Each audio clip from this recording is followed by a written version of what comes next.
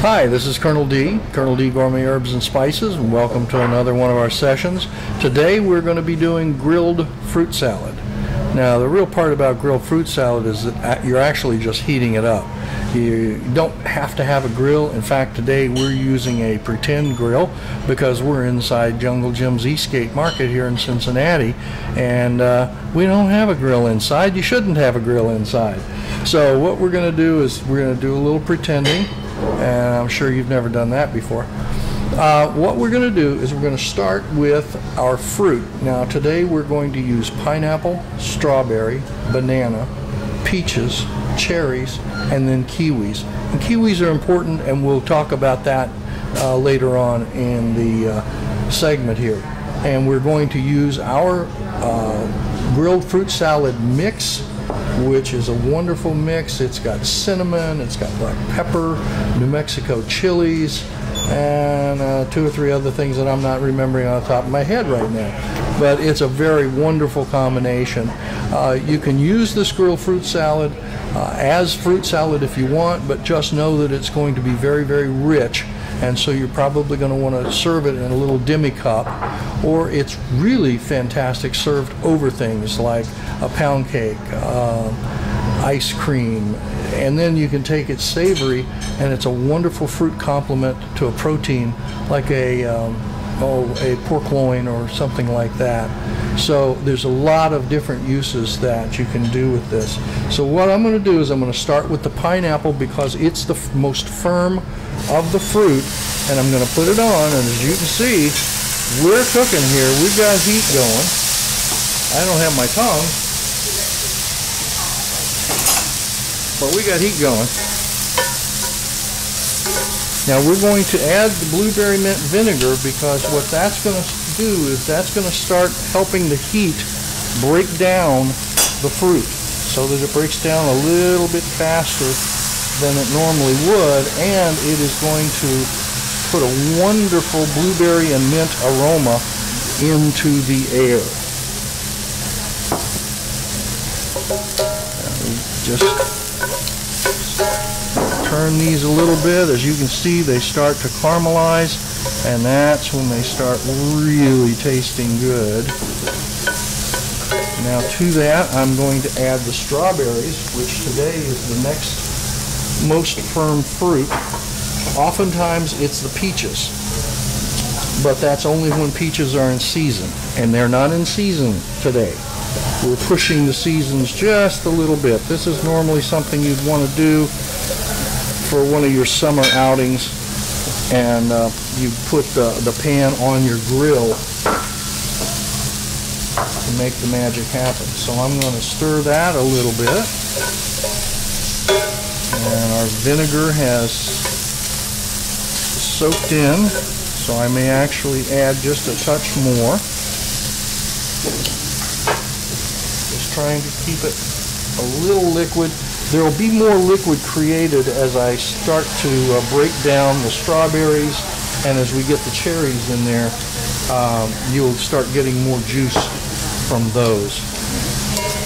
It smells pretty good so far. And now's a good time to start introducing the grilled fruit salad mix. So I'm going to get in here and I'm going to take a pinch. I'm just going to lightly coat my fruit that I have in here. Let it start soaking up all of the spices so that it will be delicious when it's done. Give that a good stir.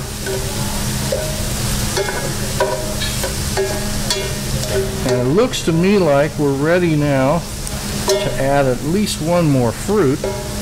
So I think the next most firm that we have are the bananas.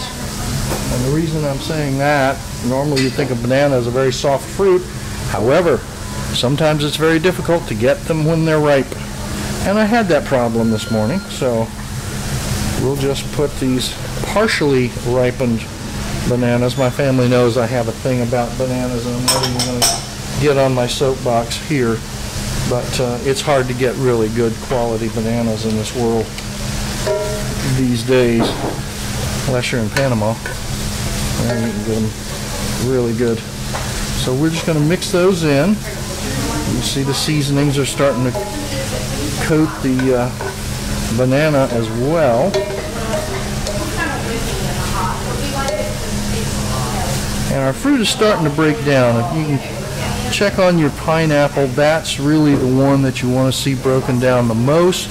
And so in time that will break down, and that's when we'll have a little more juices in our skillet going for us.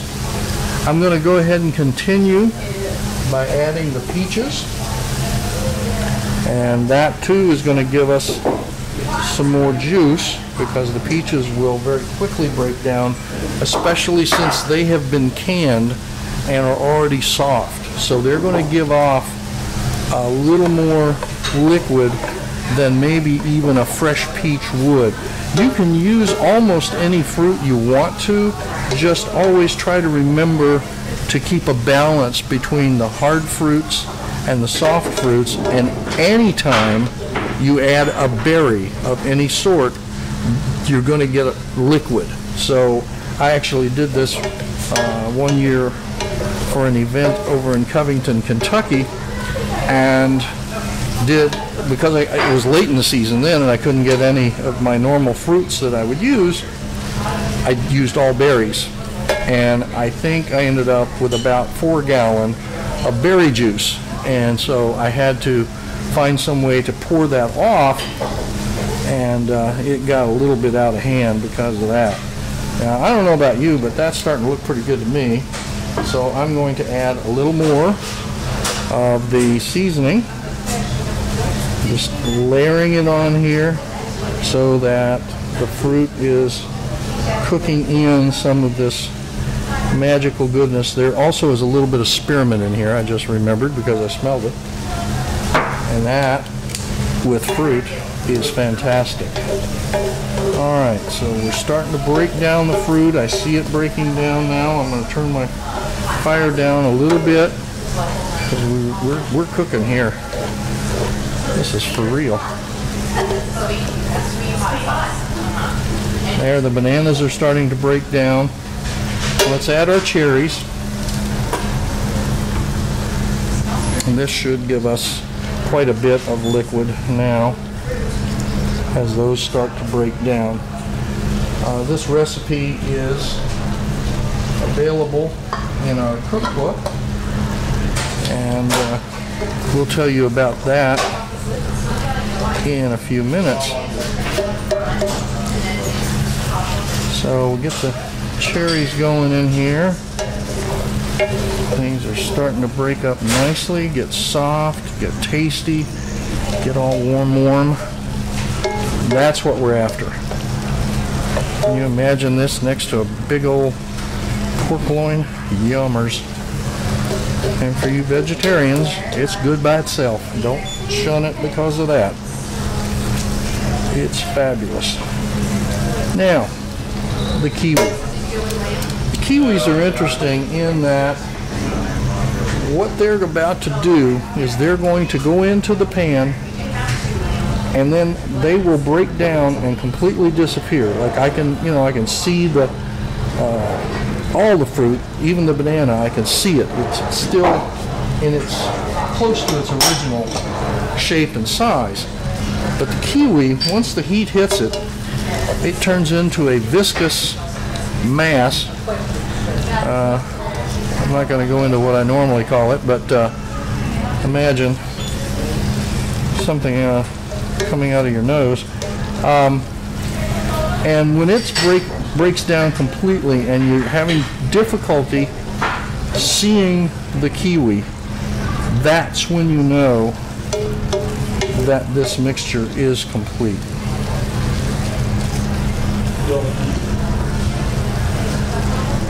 Now, I promised you that I would talk about the cookbook that this is in. We have a cookbook that's called the Colonel D Cookbook, and I have a copy of it here. I'm going to bring it out, Peggy, and I'm going to set it on the counter.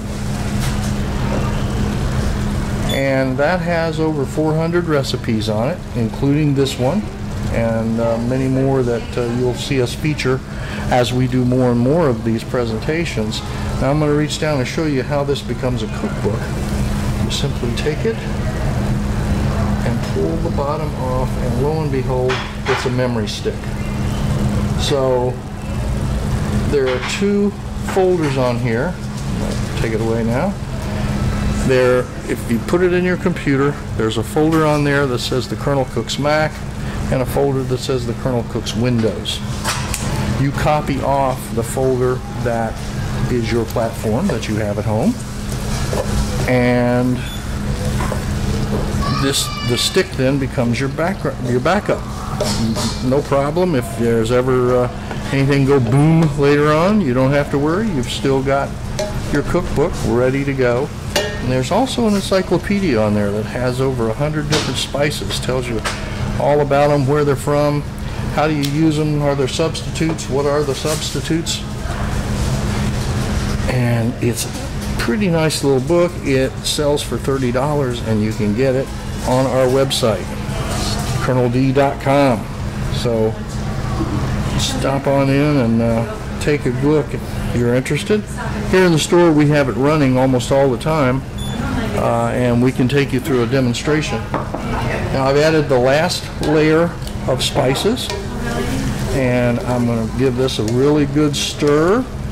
My kiwi is starting to break down. I can still see a little bit of green on some of these that weren't real close to the fire, but trust me, it will eventually just completely disappear. And that is a wonderful batch of grilled fruit salad. If you ever have any questions at all on any of your spices, please give us a call or send us an email. If you're in the greater Cincinnati area, stop in and see us. Our stores are located at Findlay Market in downtown Cincinnati and historic Over the Rhine. And then we're also here at Jungle Gyms in Eastgate. So for now, happy cooking, good luck, and thanks for watching.